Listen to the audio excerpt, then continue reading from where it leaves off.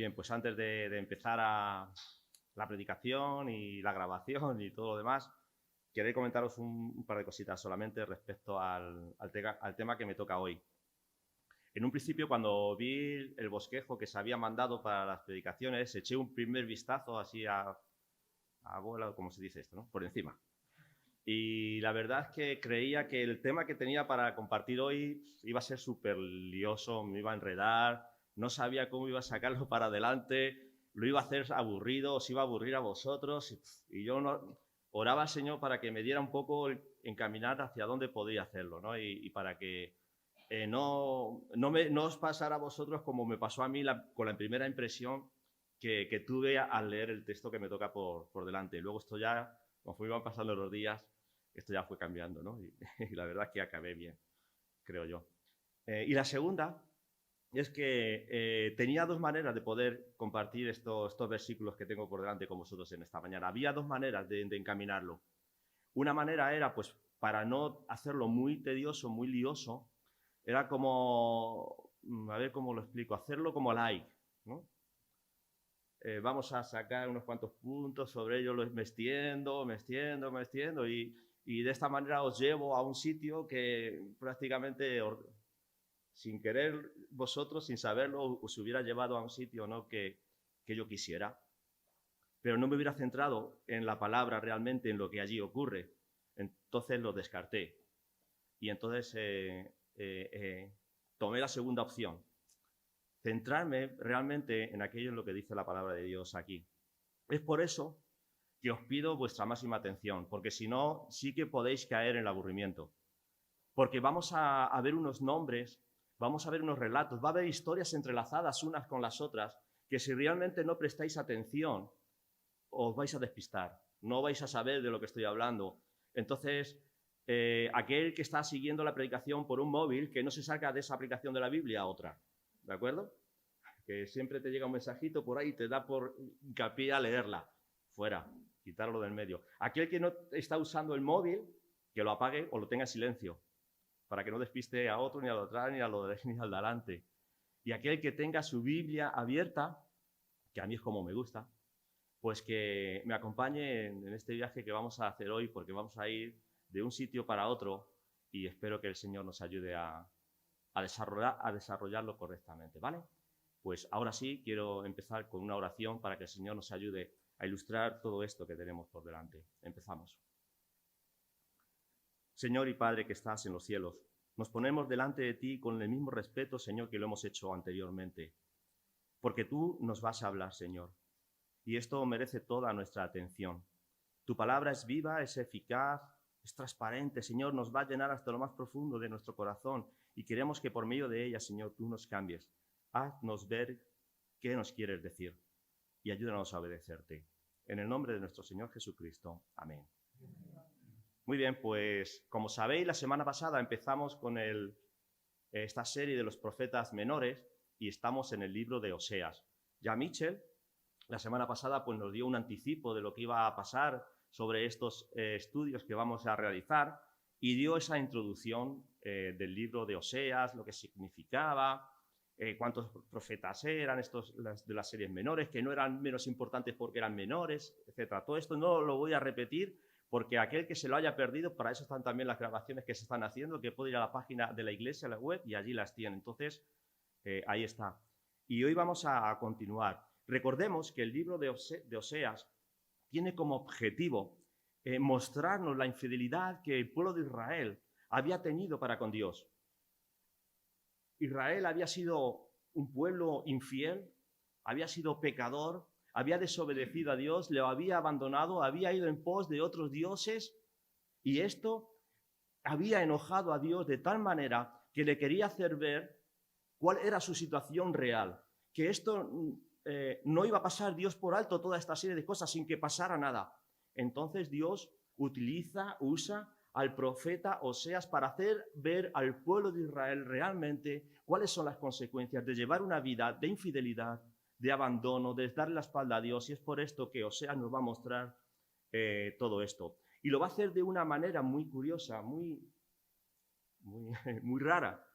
Y es que Dios le va a decir a Oseas que se junte con una mujer y a que a través de esta mujer nos va a ilustrar también con sus hijos en qué situación, en qué condición está el pueblo de Israel, para hacerles ver. Es como si Dios le estuviera diciendo, o sea, mira, este pueblo no me oye, no soy capaz de que me escuche, entonces voy a hacerles ver por medio de ti, ilustrándoles por medio de un matrimonio que tú vas a tener, ya esto lo anticipó también Michel la semana pasada, y en qué condiciones realmente está el pueblo de Israel. Entonces, eso es lo que vamos a ver, por lo menos en el día de hoy, anticipando lo que a continuación también va a seguir en otras predicaciones. Recordemos el contexto un poquito, solamente para poder situarnos realmente donde nos encontramos. Recordemos que el pueblo de Dios se dividió en dos. En la parte del norte, 10 de las 12 tribus. Allí se llamaba Israel. En la parte del sur, Judá, las otras dos restantes, ¿verdad? Y así es. Y Oseas, en el tiempo en el que está ocurriendo esto, está en la parte del norte, con estas 10 tribus, a las cuales se va a referir como esta parte del pueblo infiel, desobediente, que había pecado y que encima no quería reconocerlo ni quería arrepentirse. Y es por eso que Dios se va a referir a ellos de esta manera que vamos aquí. Entonces, Dios le va a dar una serie de indicaciones aquí a Oseas. Y lo que vamos a hacer, porque luego seguramente que no me voy a parar en cada versículo tal y como a lo mejor me paro en otro, pero sí lo vamos a hacer es leer el texto para que en este contexto que estoy diciendo nos podamos un poco hacer la idea de lo que vamos a ver, ¿vale? Hoy el texto que tenemos por delante es Oseas capítulo 1, desde el versículo 2, y no es un juego de palabras, hasta el capítulo 2, versículo 1. Así es. Vamos a leerlo. Versículo 2 del capítulo 1. El principio de la palabra de Jehová por medio de Oseas. Dijo Jehová a Oseas, ve, tómate una mujer fornicaria e hijos de fornicación, porque la tierra fornica apartándose de Jehová. Fue pues y tomó a Gomer, hija de Diblaim, la cual concibió y le dio a luz un hijo. Y le dijo Jehová, ponle por nombre Jezreel, porque de aquí a poco yo castigaré a la casa de Jehú, por causa de la sangre de Jezreel, y haré cesar el reino de la casa de Israel. Y en aquel día quebraré yo el arco de Israel en el valle de Jezreel. Concibió ella otra vez y dio a luz una hija. Y le dijo Dios, ponle por nombre Lo-Ruama, porque no me compadeceré más de la casa de Israel, sino que los quitaré del todo. Mas de la casa de Judá tendré misericordia, y los salvaré por Jehová su Dios, y no los salvaré con arco, ni con espada, ni con batalla, ni con caballos, ni jinetes. Después de haber destetado, Lo-Ruama concibió y dio a luz un hijo. Y le dijo Dios, ponle por nombre Lo-Ami, porque vosotros no sois mi pueblo, ni yo seré vuestro Dios. Con todo, será el número de los hijos de Israel como la arena del mar, que no se puede medir ni contar. Y en lugar de donde les fue dicho, vosotros no sois pueblo mío, les será dicho, sois hijos del Dios viviente. Y se congregarán los hijos de Judá y de Israel, y nombrarán un solo jefe, y subirán de la tierra, porque el día de Jezreel será grande. Decid a vuestros hermanos Ami, a vuestras hermanas Ruama. Hasta aquí es lo que vamos a compartir esta mañana. Por eso os decía al principio, prestad vuestra máxima atención para no liarnos un poco con toda esta serie de nombres que vemos aquí y encima con historias entrelazadas entre unas y otras. Pero mirad, aunque en un principio me parecía un poco pesado, tedioso el intentar buscar el bosquejo para poder predicarlo, la verdad es que cuando me puse en serio, me resultó muy fácil hacer el bosquejo, porque el bosquejo ya está hecho. Y os lo voy a presentar. Dios mismo le dice a Oseas, o me está diciendo a mí, cuál debe ser la forma que debemos de interpretar lo que viene aquí, porque el bosquejo ya está hecho. Dios le dijo a Oseas que tenía que hacer una serie de indicaciones, una serie de ordenanzas para él, unos mandamientos que tenía que cumplir. Y yo aquí vemos 4. Y no solamente le dice qué es lo que tiene que hacer, sino además le dice el por qué hacerlo. Entonces prácticamente lo tenía el bosquejo hecho, solamente me tenía que dedicar a desarrollar lo que viene aquí. Mirad, por ejemplo, le dice en el versículo 2, dice, al principio de la palabra de Jehová por medio de Oseas, dijo a Jehová, ve, eso es una ordenanza ya, eso es un mandamiento, ve, tómate una mujer fornicaria, y dice un poquito más adelante, ¿por qué? Le está diciendo lo que tiene que hacer y el por qué. ¿Os dais cuenta? Si, por ejemplo, vamos al versículo 4, cuando el primer hijo que tuvieron dice, ponle por nombre Jezreel. ¿Por qué? La segundo mandamiento que le da y la segunda razón por la cual tiene que hacer esa cosa. Si vamos al tercero, le dice, concibió ella, el versículo 6, un hijo otra vez y dio a luz una hija y le dijo Dios, ponle por nombre Lo Ruama. ¿Por qué? Otra vez. Mandamiento y explicación. Mandamiento y explicación. Y la última parte, cuando aquí le dice el versículo 9, y le dijo Dios al otro hijo que tuvo, ponle por nombre Lo Ami, porque vosotros, etcétera, etcétera. ¿Veis? Al final el bosquejo lo tengo prácticamente hecho. Dios le da una serie de indicaciones, de mandamientos a Oseas, y además de eso le está diciendo el por qué lo va a hacer. Dios no siempre obra de esta manera, pero aquí sí. Dios en otra ocasión no tenemos por qué pedirles explicaciones de por qué Él hace las cosas. Él te dice, haz una cosa y tienes que hacerla. Es independientemente si Dios quiere explicarte el por qué o no. Abraham le dijo que se fuera de su tierra, de su parentela, y salió. ¿A dónde? Sin saber ni a dónde iba, pero obedeció. Obedeció. No esperes que Dios siempre te esté dando las razones de por qué te tiene que decir que obedezcas. Lo importante es obedecer. Eso es lo importante. Eso es de lo que Dios se agrada, de que tú y yo obedezcamos a sus mandamientos. Y aquí vamos a verlo. Y empezamos, en serio. Ahora sí que empezamos ya con el texto. Mirad, el primer mandamiento, la primera ordenanza que le dice Dios a Oseas es esta: ve y tómate una mujer fornicaria. Yo solamente ya empezando y leyendo esto me vine abajo, porque ¿cómo puedo llegar a entender de que Dios le esté diciendo a un profeta, a un líder espiritualmente de allí, hablando que tenía que ser ejemplo a todo el pueblo, que se busque a una mujer fornicaria? Este matrimonio no es típico bíblicamente hablando. Quizás en el mundo sí, esto les daría exactamente lo mismo. Juntarse con uno, con otro, con otra, entre ellos, entre tres, les da igual, pero en la Biblia esto no es normal. ¿Cómo es que Dios utiliza esto? Dice esto. Pues como no estaba un poco seguro de lo que tenía que compartir con vosotros, me puse a buscar en varios comentaristas, de los cuales me apoyo en muchas ocasiones.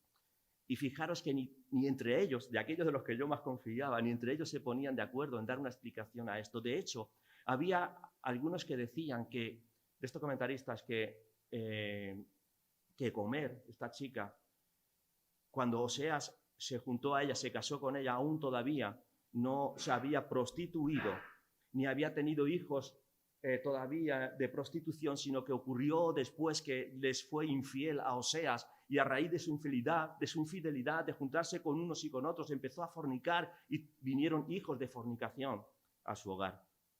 Esa es una opción. La otra opción es que escuché que esta Gomer también podría haber sido ya fornicaria antes, porque resulta que tanto se desvió el pueblo a lo que otros hacían, sectas incluso, que había mujeres que se dedicaban a la fornicación dentro de lo que es la sociedad, y que quizás esta mujer fue una de las que cogió Oseas. Por eso yo no quiero forzar nada de lo que yo ni siquiera estoy seguro, y otros que saben mucho más que yo me lo aclaran. Porque tampoco creo que esto, para lo que voy a decir a continuación, sea tan relevante como para perder el hilo de lo que Dios nos quiere mostrar tanto a nosotros como al pueblo de Israel. Pero lo que sí tenemos claro es que esta mujer, porque nos lo dice claramente aquí, o antes o después, fue fornicaria, fue infiel, tuvo hijos con otros maridos. Y es a raíz de eso que lo que Dios quiere ilustrarnos tanto a nosotros como al pueblo de Israel en la condición en la que se encontraban. Y es por eso en la que nos vamos a encontrar. Estos tres hijos que vamos a ver aquí son tres situaciones diferentes en las que el pueblo de Israel se encontraba a consecuencia de su pecado, y por medio de los cuales Dios le va a decir a su pueblo que tienen que ser juzgados. Y vamos con el primero. Dice así: y fue pues, el versículo 3, Oseas, fue pues y tomó a Gomer, hija de Diblaim, la cual concibió y le dio a luz un hijo. Hay un detalle aquí muy importante para saber una cosa. Este es, de los tres hijos que se nombran aquí, este es el único que realmente creemos que es auténtico de Oseas. Porque la manera que tiene de expresarse aquí el hijo es diferente a los otros dos. Aquí dice y concibió y le dio. Le dio. Toma, es como si fuera tuyo. En los otros dos dice que concibió y no sabemos ya ni de quién. Por eso creemos que realmente, después de que tuvo este hijo, esta mujer, realmente empezó a ser fornicaria. Y dice, ponle por nombre a este hijo Jezreel, porque de aquí a poco yo castigaré a la casa de Jehú por causa de la sangre de Jezreel, y haré cesar el reino de la casa de Israel.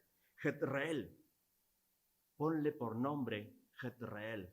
Y si no entendemos el significado, y si no entendemos todo esto, de dónde viene, yo podría seguir adelante y nos perderíamos, no le sacaríamos el jugo realmente de lo que significa este juicio que viene para la casa de Israel. Jezreel significa, ¿verdad?, que Dios dispersa. Dios dispersa. ¿Y por qué dice aquí que Dios enviará un juicio a la casa de Jehú a causa de la sangre de Jezreel? Os cuento por encima un poco la historia para que podamos llegar a entender el por qué sucedió todo esto. Hubo tiempo atrás un rey de Israel, Acab, un rey malvado, un rey que juntamente con su mujer Jezabel hacían lo malo constantemente. Pues resulta que al lado de donde vivía este rey Acab, había allí un hombre que había heredado por parte de su familia una viña. Pero Acab se encaprichó de ese terreno, de la viña de Nabot. Entonces cogió y le dijo que sí, que se la compraba. Y Nabot dijo que de ninguna de las maneras. Oye, es una viña que yo tengo por heredad y esto lo tengo que respetar. Las cosas son más serias de lo que tú, pero yo soy el rey. Tengo dinero suficiente como para pagarte todo lo que tú quieras y más que no te vendo porque es parte de la herencia que me corresponde y no te lo voy a dar. ¿Y sabéis qué le pasó a Acab? Que se entristeció. Entró en depresión. Entonces llegó su mujer y le dijo, ¿qué te pasa? Me pasa esto. Pues no te preocupes, ¿no eres tú rey? ¿No tienes tú el poder para hacer lo que quieras? No te preocupes, yo lo arreglaré. ¿Y sabéis lo que hizo su mujer? Entramó unas artimañas malvadas para hacer matar, asesinar a Nabot. Eso fue lo que ocurrió. Entonces, una vez que Nabot estaba allá afuera, había sido asesinado, su mujer va y le dice, mira, ahora ya tienes todo para ti. Entonces cogió Dios y vio esto que había hecho Acab juntamente con su mujer, que habían matado, asesinado a gente que eran inocentes. Y entonces Dios hizo un juicio contra Acab, contra su mujer y contra todos sus descendientes, por aquello que habían hecho, por aquello que habían maquinado, de haber asesinado a personas que realmente eran justas. ¿Y sabéis a quién utilizó Dios para llevar a cabo este juicio contra Acab y su mujer? ¿Sabéis a quién? A Jehú. Este que está en esta historia ahora. A Jehú. Y dice aquí, el versículo 4, lo quiero leer, y le dijo Jehová, ponle por nombre Jezreel, porque aquí a poco castigaré a la casa de Jehú por causa de la sangre de Jezreel. ¿Pero qué pasó? ¿Por qué Dios iba a castigar a la casa de Israel, al pueblo de Israel, por lo que había hecho Jehú? Vamos a verlo un momentito. Acompañadme a Segunda de Reyes.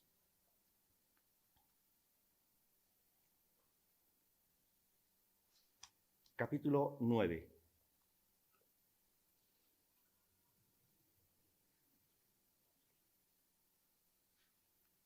Segunda de Reyes, capítulo 9. Y dice en el versículo, ponerle todo, 4. Segunda de Reyes 9, 4, ¿lo tenéis?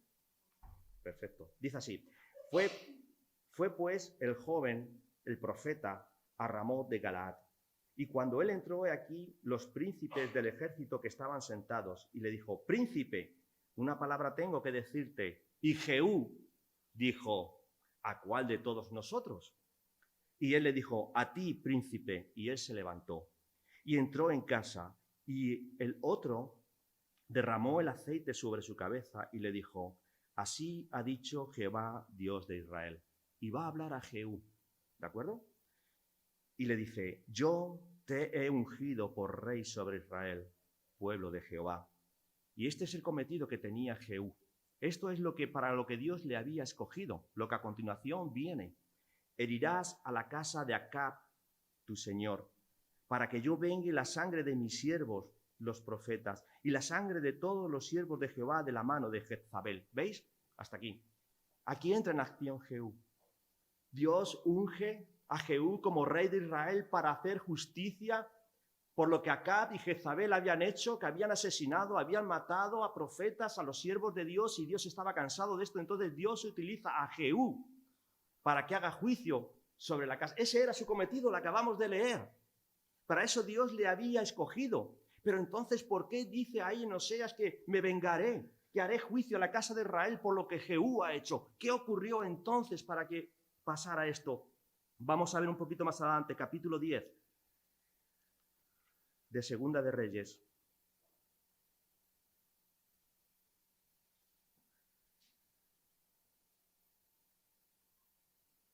Versículo 11. 10, 11. Y dice así: mató entonces Jehú a todos los que habían quedado de la casa de Acab. ¡Buah! Pues está obedeciendo. Si para esto había sido escogido, si Dios le dijo que tenía que hacer precisamente esto, y aquí estamos leyendo que lo ha hecho. Mató entonces Jehú a todos los que habían quedado de la casa de Acab en Jezreel. Recordad el nombre que le iba a poner, Jezreel, al primer hijo. Como todo está enlazado. A todos sus príncipes, a todos sus familiares, a sus sacerdotes, hasta que no quedó ni uno. Pero si obedeció a Dios, si para esto Dios le había escogido, ¿por qué va a haber un juicio para Israel por medio de este hombre? Dice el versículo 12, que después que obedeció, después que hizo esto, no quedó ahí la cosa. Algo ocurrió. Luego, después que pasó esto, se levantó de allí para ir a Samaria. Y en el camino llegó a una casa de esquileo de pastores y halló allí a los hermanos de Ozoquías, rey de Judá. No tenía por qué estar allí él ya. Él tenía una labor que hacer contra el rey de Israel, pero no contra el rey de Judá. Y dice que halló allí a los hermanos de Ozoquías, rey de Judá, y les dijo: ¿quiénes sois vosotros? Y ellos dijeron: somos hermanos de Ozoquías, era la familia de Ozoquías, y hemos venido a saludar a los hijos del rey y a los hijos de la reina. Entonces él dijo: prendedlos vivos. Y después que los tomaron vivos, fijaros, los degollaron junto al pozo de la casa del esquileo, 42 varones sin dejar ninguno de ellos. Dios no dijo que hiciera eso. Dios no le preparó para eso. A él se le fue la mano. Se le fue la mano. Por eso leemos en el versículo de Oseas, capítulo 3, capítulo 4. Y le dijo Jehová: ponle por nombre Jezreel, el lugar donde hemos visto que ocurrió aquello. Porque de aquí a poco castigaría a la casa de Jehú. ¿Por qué? ¿Porque obedeció? No, no llegó a obedecer. Por la causa de la sangre, derramó sangre inocente. Hizo más allá de lo que Dios le dijo. Cometió un pecado. Y haré cesar el reino de Israel. Jehú se envalentonó. Quizás dijo: pero si ya que estoy aquí con mi fuerza, con todo lo que soy, ¿por qué no arraso por todo donde voy? Si quizás Dios no se ha dado cuenta, él a su criterio, a su parecer, intentó hacer cosas y cosas cuando Dios no se lo había dicho. Y Dios, por lo que hizo, ese acto de injusticia, ese derramamiento de sangre, le juzgó y le dijo que todo el pueblo iba a pagar por desobedecer a Dios de esa manera, y que el reino de Israel iba a cesar. Bueno, yo creo que aquí la aplicación para nosotros, no sé si la habéis ido captando, si han ido hablando, pero es fácil. Mirad, en muchas ocasiones, desde los ancianos, los pastores, a veces se nos está diciendo que necesitan ayuda de otros hermanos que sean siervos, que ayuden en la iglesia, porque a veces se sienten como muy cargados de trabajo y a veces estamos diciendo: venga, pues en la predicación, en la plaza, que solamente somos 3, necesitamos más, ¿verdad? En la escuela dominical, a lo mejor con la música, y estamos buscando, animando a otros hermanos a que sirvan, cuando realmente tienen sus dones. Venga, Se nos anima muchas veces a esto. Y está bien. Pero cuidado, no nos pasemos de frenada. No nos pasemos de frenada. Cuando Dios te dice, haz algo, obedécele tal cual. No te quieras enorgullecer porque las cosas te han salido bien. No quieras tú tomar el criterio que Dios no te ha dado. No quieres ir más allá de lo que Dios no te ha dicho. ¿O es que crees que Dios no lo sabe? ¿O es que crees que somos nosotros más que Dios? Y por eso tenemos que ayudarle, a echarle una mano a hacer la obra de Dios. A Dios eso no le gusta. A Dios solo le gusta que le obedezcamos tal y cual su palabra nos la ha dicho. Porque si no, como estamos viendo aquí, si hacemos aquello para lo que no hemos sido mandados o preparados, Dios se molesta. De tal manera que fijaros lo que le pasó aquí a Jehú. Y es como si Dios le estuviera diciendo a Oseas, mira, ve y dile al pueblo, por la razón por la que estáis pasando, es por esto que sucedió y vais a ser juzgados y castigados. ¿De acuerdo? Bien. Dice el versículo 5, que en aquel día quebraré yo el arco de Israel en el valle de Jezreel. Por no ir más atrás y por el tiempo, hay un texto en el que nos dice que este hombre, Jehú, era muy bueno con el arco. Era muy bueno. De tal manera que en una ocasión habían ido dos como a saludarle y viendo en las condiciones en que estaba Jehú, que se cargaba todo lo que venía por delante, salieron con su caballo, corriendo, huyendo de Jehú. Y según iba huyendo, él cogió su arco, lo tensó, ¡buah! Le pegó por la espalda la flecha y le salió por el corazón y lo mató. Y Dios dice aquí, en aquello en lo que tú te apoyas, en aquello en lo que tú te crees que eres fuerte, yo haré cesar el reino de la casa de Israel y en aquel día quebraré el arco de Israel en el valle de Jezreel. En aquello en lo que nos apoyamos a veces cuando hacemos las cosas porque creemos que somos los más fuertes, porque creemos que somos autosuficientes, porque creemos que somos capaces de hacer las cosas ya no solamente sin los demás, sino hasta sin Dios. Llegará un día en que Dios te lo va a quitar para que te des cuenta realmente quién tiene la fortaleza, quién tiene el poder y quién tiene la autoridad. Vamos con el segundo hijo. Dice el versículo 6, y concibió ella otra vez y dio a luz una hija. Esta es una hija, pero ya no dice que se lo dio a Oseas. Podemos pensar que a raíz de entonces esta mujer se juntó con uno, se juntó con otro y empezaron ahí a venir los hijos y no sabemos ni de quién. No nos lo dice.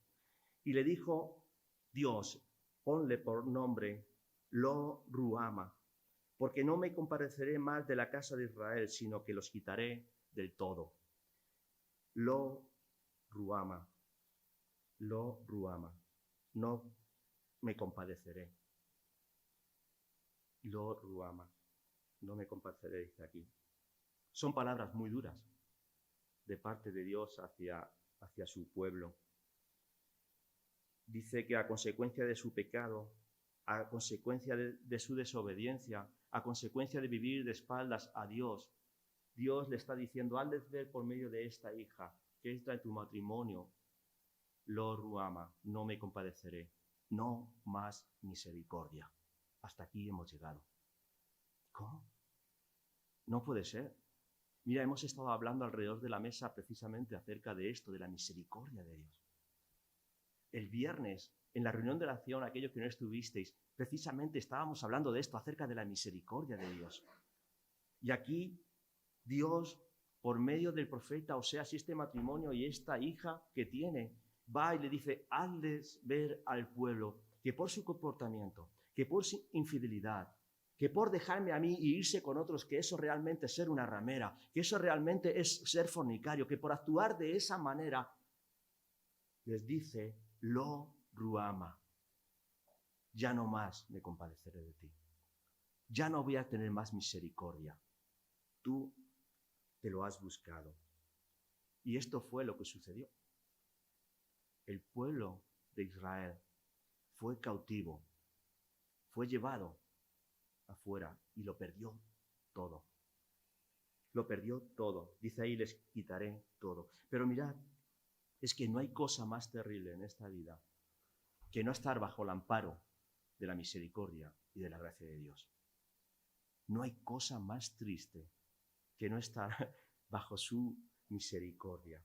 Dice en Lamentaciones, acompañarme, Lamentaciones capítulo 3.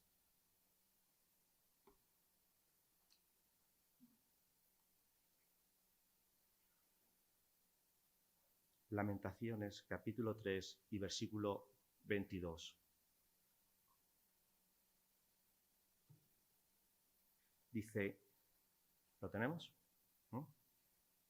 Lamentaciones 3, 22. Por la misericordia de Jehová, ¿qué dice? No hemos sido consumidos. Es decir, que si la misericordia de Dios no hubiera estado con nosotros, ¿qué hubiera ocurrido? Que habíamos sido consumidos, destruidos. Y es gracias a su misericordia que no hemos sido consumidos.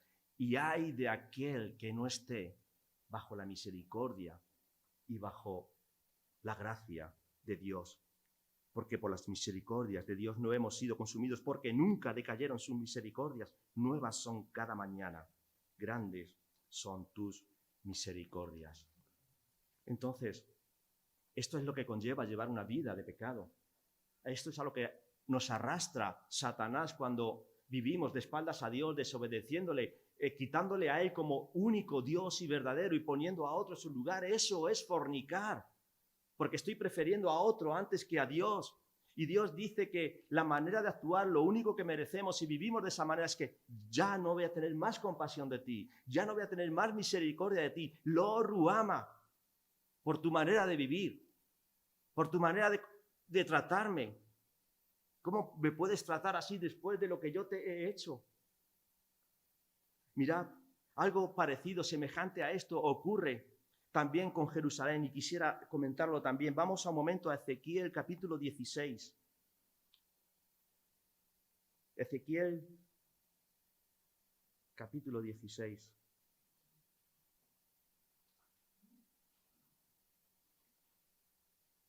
Y aquí habla, haciendo referencia el Señor a Jerusalén, ya no a Israel al norte, sino a Jerusalén. Y lo ilustra también como si se hubiera encontrado a una niña prácticamente muerta, abandonada en su nacimiento, y Dios se encuentra con ella, la recoge, y de estar prácticamente muerta le da vida. Y fijaros lo que dice en el versículo 11, del 16:11. Así fuisteis adornada después de que el Señor la recogió, la cuidó, la lavó, la sanó. Dice que así fuisteis adornada de oro y de plata, y tu vestido era de lino fino, seda, bordado. Comisteis flor de harina, de trigo, miel, aceite, todo riqueza, todo bendición. Y fuisteis hermoseada en extremo y preparasteis hasta llegar a reinar. Fijaros lo que hizo Dios con alguien que estaba abandonada, muerta, sin esperanza. Dios la bendijo de tal manera que llegó hasta reinar, la preparó para llegar a reinar. Pero, dice el versículo 15, confiaste en tu hermosura. Confiaste en tu hermosura, me abandonaste. Te prostituiste, dice aquí, a causa de tu renombre, derramaste tus fornicaciones, cuantos pasaron tuyas. ¿Ves? Es la misma, es semejante a lo que estamos escuchando allí.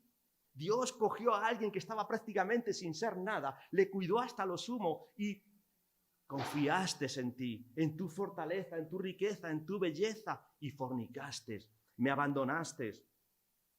Dice el versículo 26 del capítulo 16, y fornicaste con los hijos de Egipto. Versículo 28, y fornicaste también con los asirios. Abandonó a Dios por completo después de lo que le había hecho. Hasta que en el versículo 35 Dios le dice, por tanto, ramera, oye la palabra de Jehová. Dios no se le engaña, a Dios no se le trata así. A Dios no se le trata así. Y dice en el versículo 42 de Ezequiel 16, y saciaré mi ira sobre ti. Oye, ramera, lo que te tengo que decir. Saciaré mi ira sobre ti. El juicio que estaba diciendo a la casa de Israel por lo que habían hecho, porque lo que había hecho acerca de Jehú que iba a venir un juicio, y aquí le está diciendo a Jerusalén ahora, saciaré mi ira sobre ti. Apartaré de ti mi celo, Ya no tendré más compasión de ti, es lo mismo. Ya no más misericordia. Hasta aquí hemos llegado. Y descansaré yo y no me enojaré más. Me voy a olvidar hasta de quién eres. No quiero saber más de ti. Y esto es lo que vemos aquí, ¿verdad? Con este segundo nombre, Lo Ruama. Qué triste, ¿verdad? Llegar a esta situación. Y esto ahora en el versículo 7 lo va a contrastar con aquellas personas que son fieles. Recordemos el pueblo de Israel, las 10 tribus del norte, estaba este juicio sobre ellos, este castigo por su comportamiento, por su desobediencia, pero habían las 2 tribus del sur que en este tiempo, en otras ocasiones sí que habían sido también infieles, pero en este tiempo se estaban comportando, eran obedientes, estaban siendo fieles, y Dios quiere hacernos ver aquí cuál es la diferencia entre aquellos que llevan una vida de infidelidad, aquellos que son fieles a Dios. Y por eso dice en el versículo 7, mas la casa de Judá, de la casa de Judá tendré misericordia y los salvaré por Jehová su Dios. Y los salvaré no con arco, ni con espada, ni con batalla, ni con caballos, ni con jinetes. ¿Cómo es posible? Fijaros, a mí esto me hace ver que siempre hay un remanente fiel dentro de lo que es el pueblo de Dios. Siempre. Y aunque parezca que el pueblo de Dios va en picado, como muchas otras ocasiones, como José Manuel también incluso decía en esta mañana, siempre la misericordia de Dios va a salir en pie. Y siempre va a haber un remanente fiel del cual Dios siga su obra adelante. Y aquí le está diciendo a Judá, mirad, pues por vuestra fidelidad, entender esto, por cómo os habéis comportado, yo tengo misericordia de vosotros y os voy a salvar. Y esto ocurrió. Es que realmente todo esto que está ocurriendo aquí está en la Biblia. No son cuentos chinos, son pasajes reales, historias reales que sucedieron. O si no, acompañadme, Segunda de Reyes, capítulo 19.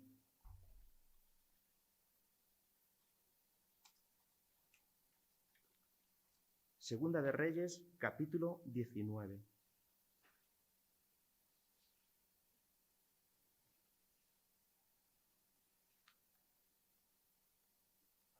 ¿Lo tenemos?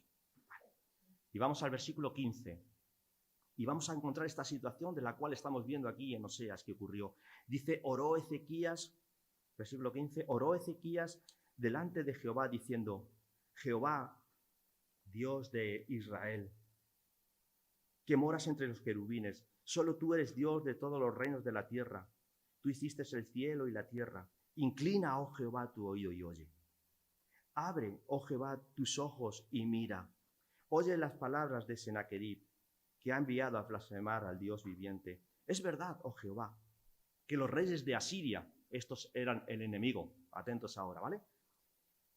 Han destruido las naciones y sus tierras, es decir, eran un pueblo malvado, con un ejército destructor. Allí por donde pasaban no quedaba nada en pie.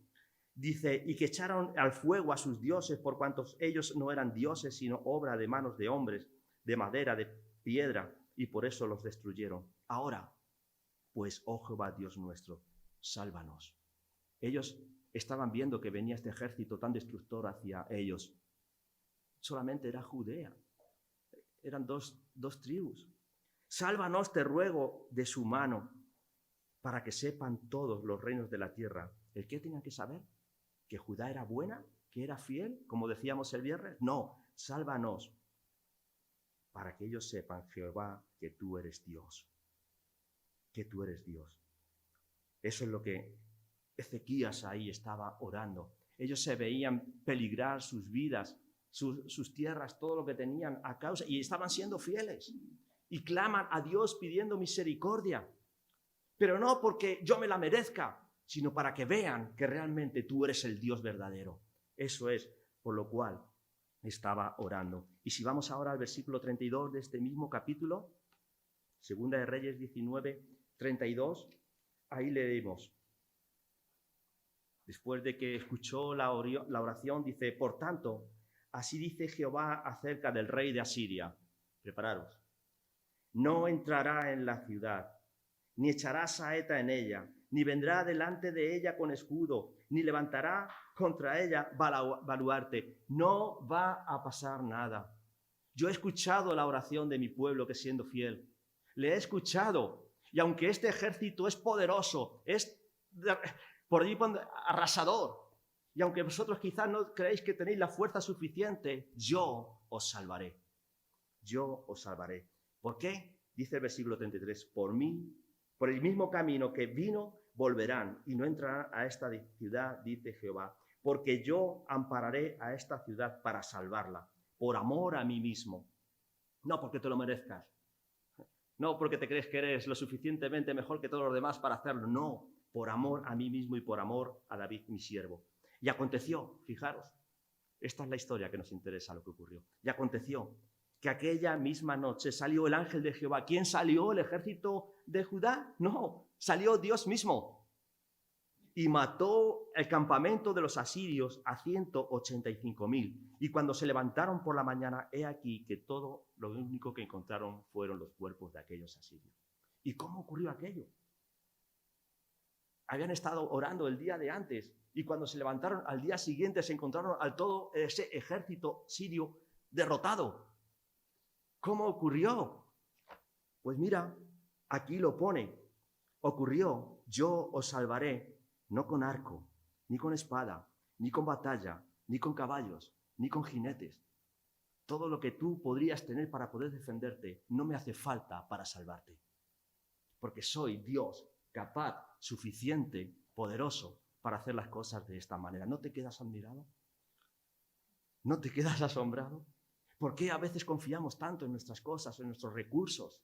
¿Por qué a veces tememos tanto a las cosas que nos vienen de afuera cuando tenemos al Dios Todopoderoso de nuestro lado? Que Él es capaz de decir, yo te salvaré, porque me estás siendo fiel.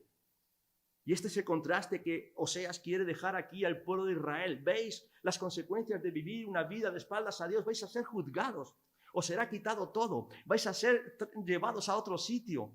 Sin embargo, ese remanente pequeño, fiel, a pesar de sus torpezas, a pesar de cómo son, yo los salvaré por amor a mí mismo. Quizás tampoco se lo merezcan, pero por amor a mí mismo los salvaré. Seguimos con nuestro relato porque tenemos que avanzar y vemos en el versículo 8 que después de haber destetado a Lo Ruama, o sea que no tardando mucho después de 2-3 años después de que a lo mejor tuvo a Lo Ruama, dice que concibió Adú y dio a luz a otro hijo. Ya no sabemos tampoco de quién es, no lo aclara.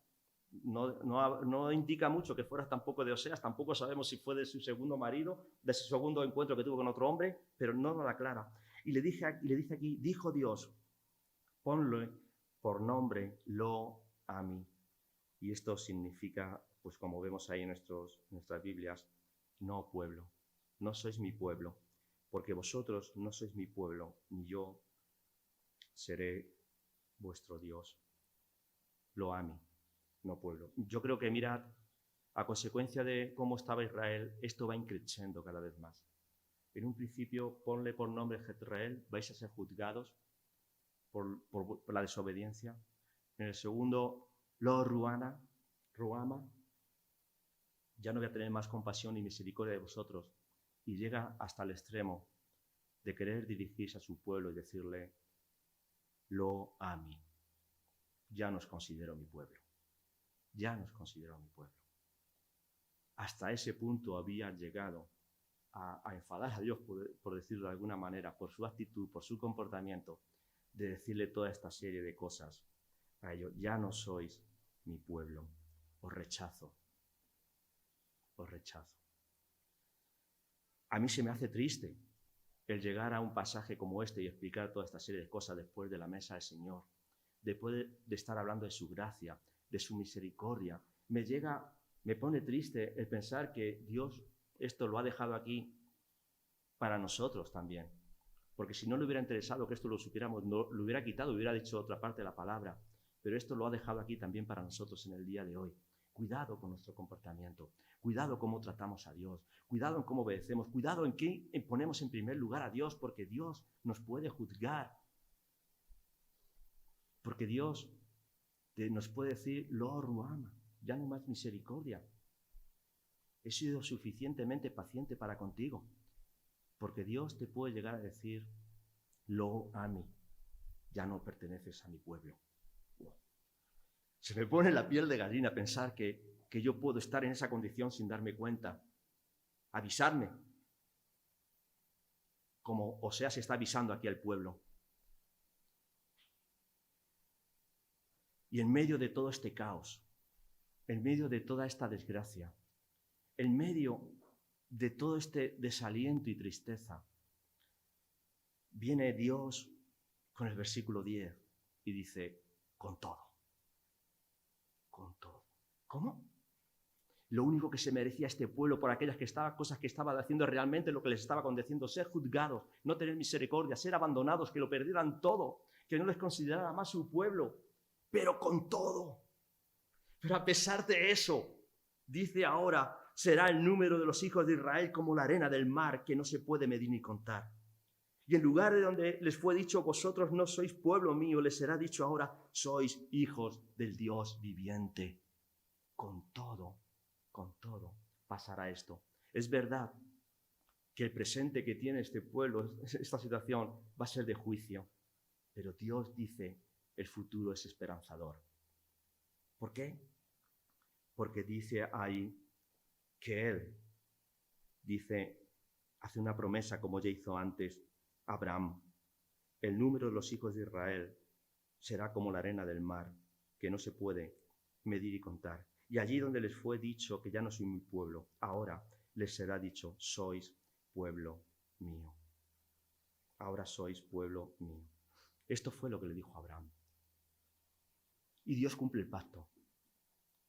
Dios no es como nosotros. Dios no nos trata a nosotros como nosotros le tratamos a Él. Y si no, acompañadme por un momento a Ezequiel capítulo 16 otra vez. Ezequiel capítulo 16.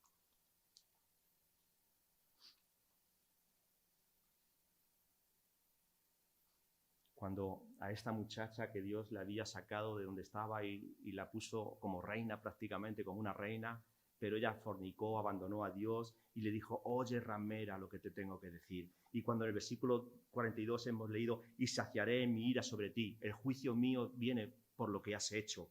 Se apartará de ti mi celo, ya no más misericordia, ya no más compasión. Descansaré y no me enojaré más de ti. Es decir, ya no, me voy a olvidar de ti, ya no eres mi pueblo. Ella se merecía todo esto. Nosotros nos hubiéramos merecido también todo esto por nuestro comportamiento. Pero realmente, ¿qué ocurrió? Dice en el versículo 59. Pero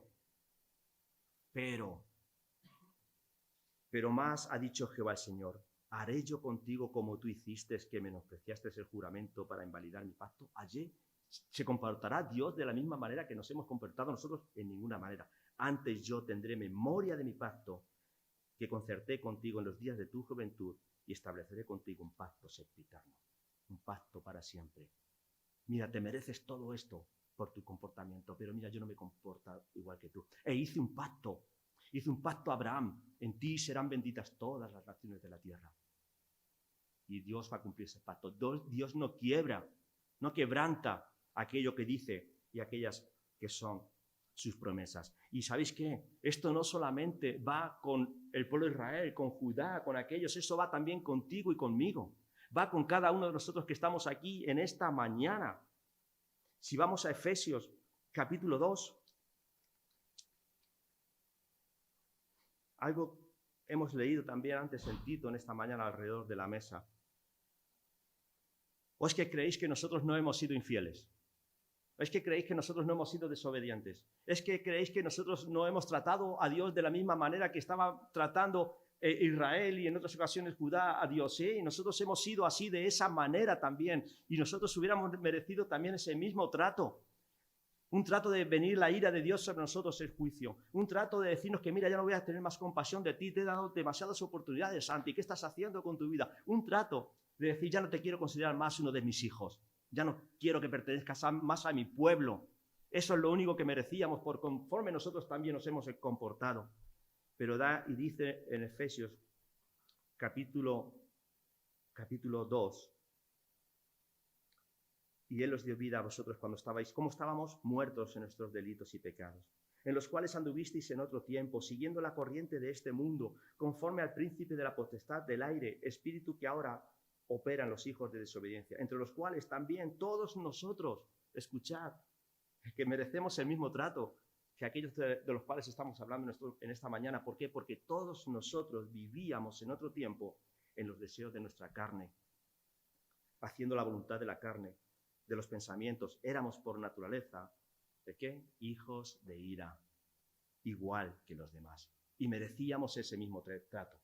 Y si allí en Oseas dice con todo, a pesar de todo eso, aquí Dios nos dice, pero, con todo eso que yo me merecía, pero Dios, que es rico en ¿qué otra vez?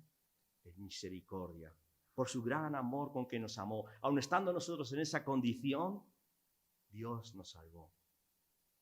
Por gracia somos salvos. Por gracia somos salvos. Y mirad, y yo sé que en nuestra vida como cristianos, una vez nos comportaremos de una manera, otras veces nos comportaremos de otra. Seguramente que a Dios no le tenemos contento el 100% de nuestra vida, pero es que la salvación no depende de mí. La salvación depende de Dios. Y Dios ha hecho un pacto. Y Dios ha hecho una promesa contigo. En el momento que te entregaste a Cristo, Dios hizo una promesa. Vamos a Filipenses. Filipenses, capítulo 1. Filipenses, capítulo 1. Versículo 6. Estando persuadido de esto, que el que comenzó en vosotros la buena obra, ¿qué va a hacer? La perfeccionará hasta el día de Jesucristo. Dios va a cumplir esta promesa, a pesar de mi infidelidad, a pesar de mis pecados, pero Dios cumple sus promesas y no las quebranta. El amor no depende, ¿verdad?, de nosotros. Si vamos a Oseas, capítulo otra vez, y avanzar un poquito ya más rápido, si permitís, 5 minutitos más para poder terminar el texto. Dice, con todo, ¿verdad? Y en el lugar de donde fue dicho, vosotros no sois pueblo mío, les será dicho ahora, sois hijos del Dios viviente. Antes erais lo ami, ahora sois ami, ¿verdad? Dice ahí. Esto habla aquí también de ti y de mí. No teníamos esperanza, estábamos sin Dios en el mundo, pero Dios nos acogió. Si vamos a Romanos capítulo 9 por un momento. Romanos capítulo 9.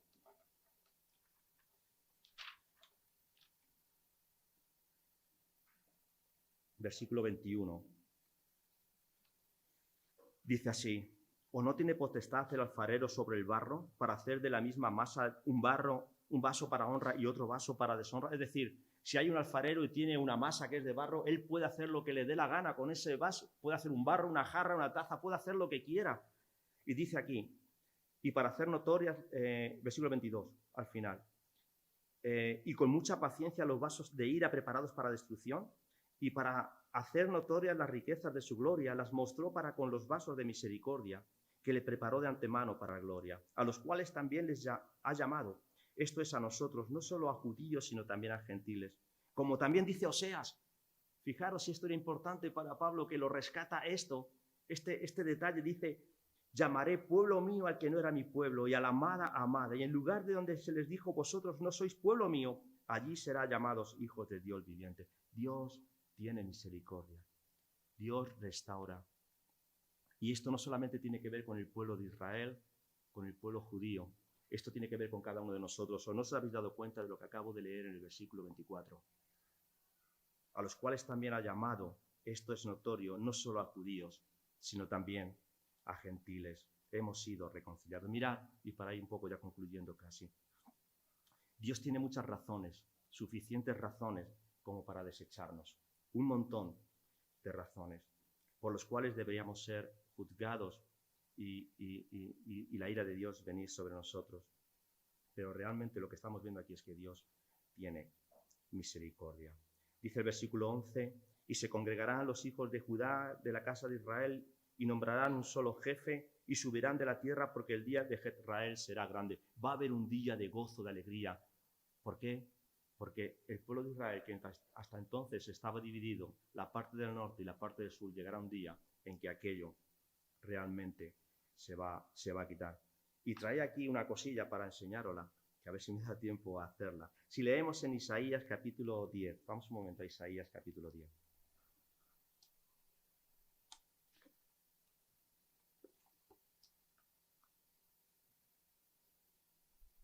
Y versículo Isaías 10.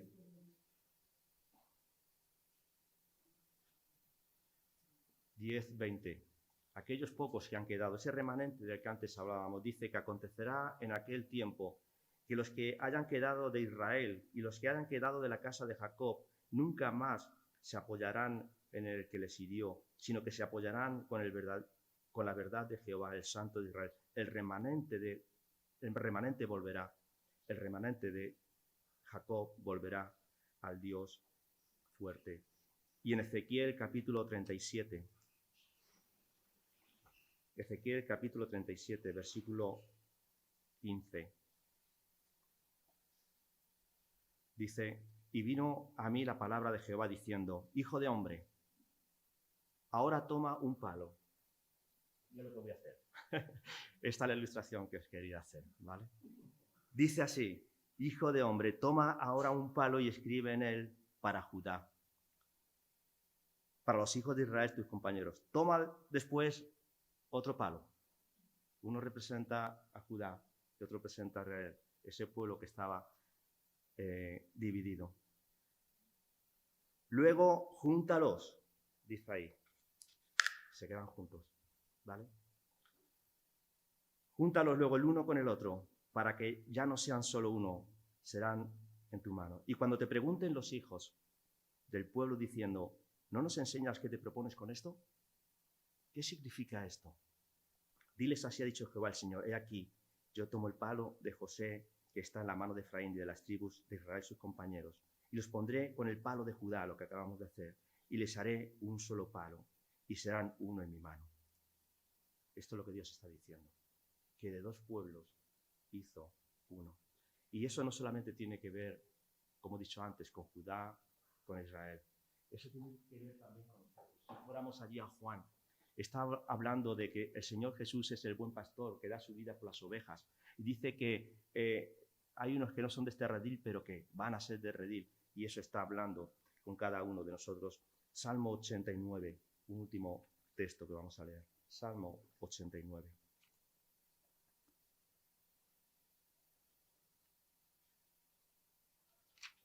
Versículo 30. Dice así, y este es el resumen prácticamente de lo que estamos hablando en esta mañana.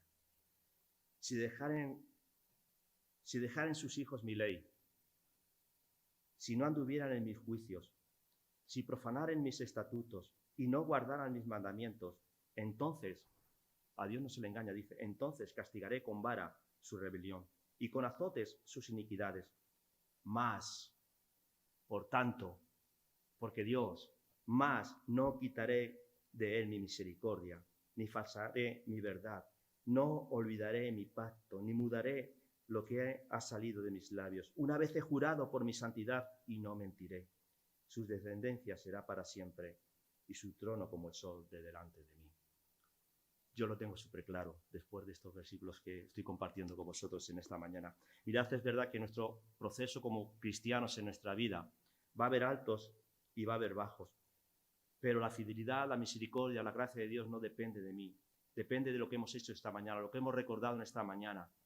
Que estábamos muertos en nuestros delitos y pecados y por el amor de Dios y su misericordia, por su gracia, Dios nos ha salvado. Y hemos recibido misericordia. Mirad, ¿sabéis lo que es la misericordia?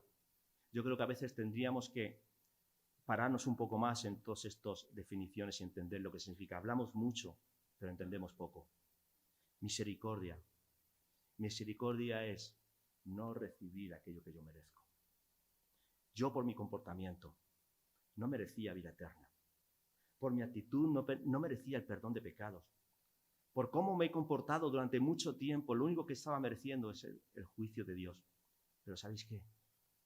La misericordia de Dios nos alcanzó y no nos dio lo que merecíamos. Somos salvos por su gracia. Vamos a orar. Dios y Padre que estás en los cielos, gracias por hacernos entender mínimamente un poquito de lo mucho que tú nos has amado. por hacernos ver con nuestros ojos limitados lo que estás haciendo en nuestras vidas, por haber tenido misericordia de nosotros cuando no lo merecíamos, Señor. Gracias porque en tu palabra vemos tu amor. ¿Cómo es posible que se pueda conjugar la justicia y la misericordia? Pues lo has hecho, lo has hecho. Gracias en el nombre de nuestro Señor Jesucristo. Amén.